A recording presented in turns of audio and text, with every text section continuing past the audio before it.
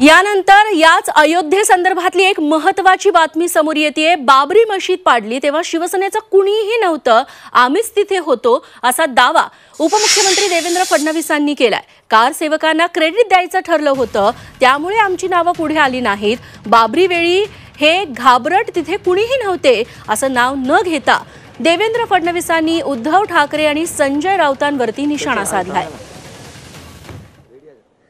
भाजपचीच नेते मंडळी होती, जे म्हणतायत ना त्यांच्यापैकी कोणीच नव्हतं। शिवसेना दावा करते कोणीच नव्हतं। मला एक माणूस दाखवा, एक।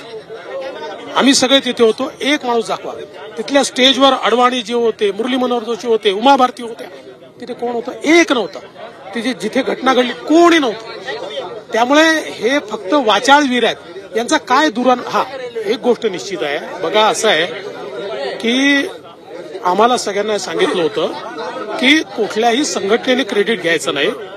कोणालाही विचारलं कोणी ढाचा पाडला तर सांगायचं कारसेवकांनी पाडला, कारसेवकांना क्रेडिट द्यायचं। आम्ही शिस्तीतले लोक आहोत, आम्ही कारसेवक सांगितलं। श्रद्धेय बाळासाहेबांना ज्यावेळेस विचारलं की बाळासाहेब असं म्हणतात की तुमच्या शिवसेनेच्या लोकांनी हा ढाचा पाडला, बाळासाहेब काय म्हणाले?